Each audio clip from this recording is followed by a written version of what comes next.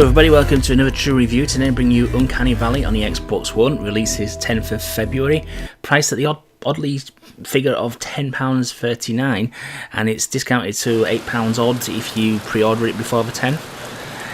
What we have here is, it's described as an old school survival horror game, and I've been gaming since the early 80s, and I can't remember a survival horror being like this, to be honest with you.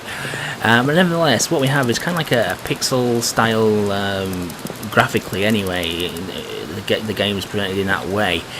You play as Tom, who's running away from something, and he goes to work at this abandoned robotics factory called Melior, I think it's called. And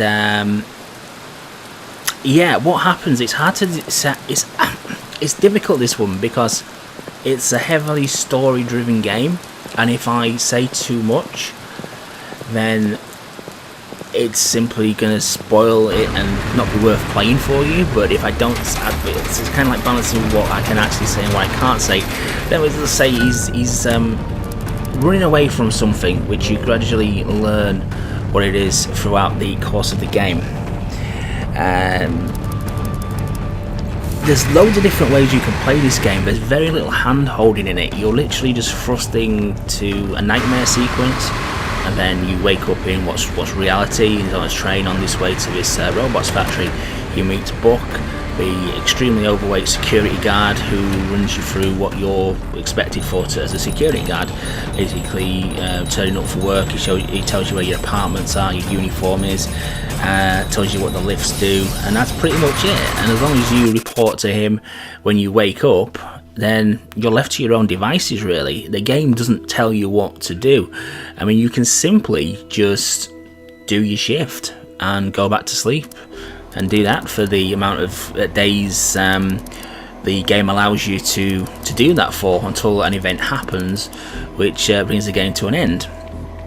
Or alternatively, you can be a nosy bugger and snoop around the computers, find audio tapes, and generally do miscellaneous stuff which leads you into different gameplay avenues, different routes, different ways the story can conclude.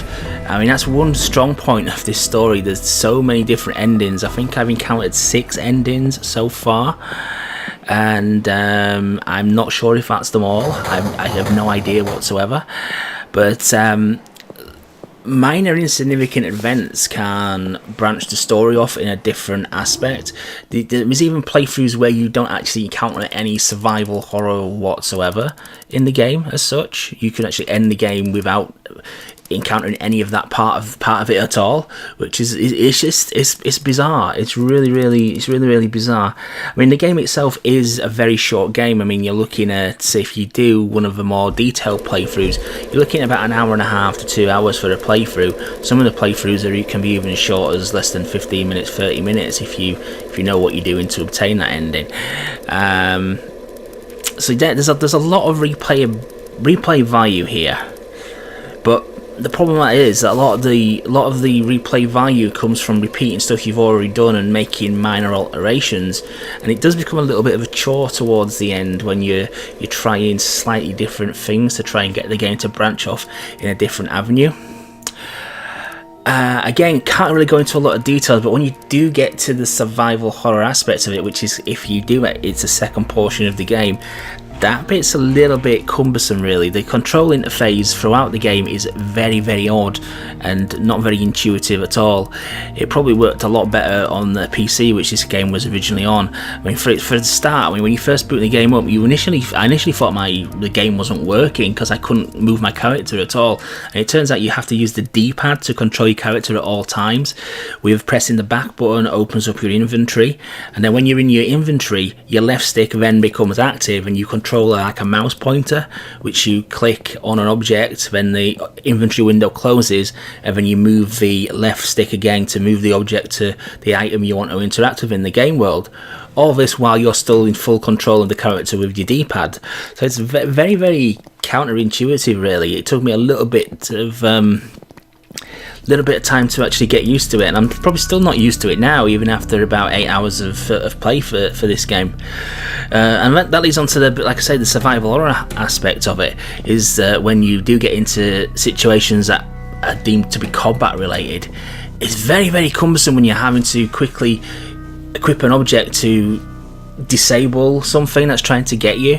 Again, can't really go into that much details, but it's just very, very cumbersome, very, very trial and error. And if you fail to do something at a certain point, then events will unfold which take you down a different path. And obviously, if you're trying to go down path A and then path B always keeps happening because the controls are too fiddly, it's a very, very frustrating process, and there's no chance to go back because the game auto saves like a mother. It just auto saves all the damn time.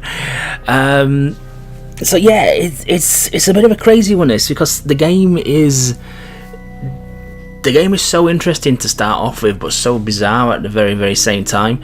It's definitely worth experiencing, but I think a lot of people won't actually get it. It's going to be one of those kind of Marmite experiences. You'll either embrace what it is or just think, what is going on here? What is this?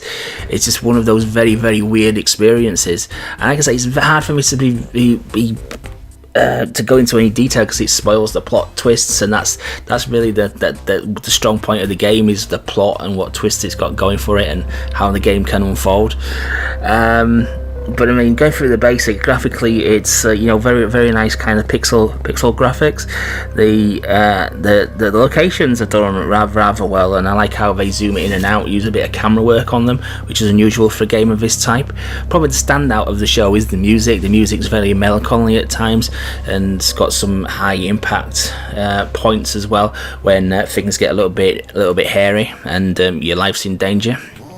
Speaking of danger, actually, one thing I forgot to mention, the game has a consequence system where if you get hurt or take damage, your character is actually impaired and will make future encounters harder to bypass because you may have a broken arm or a broken leg, etc.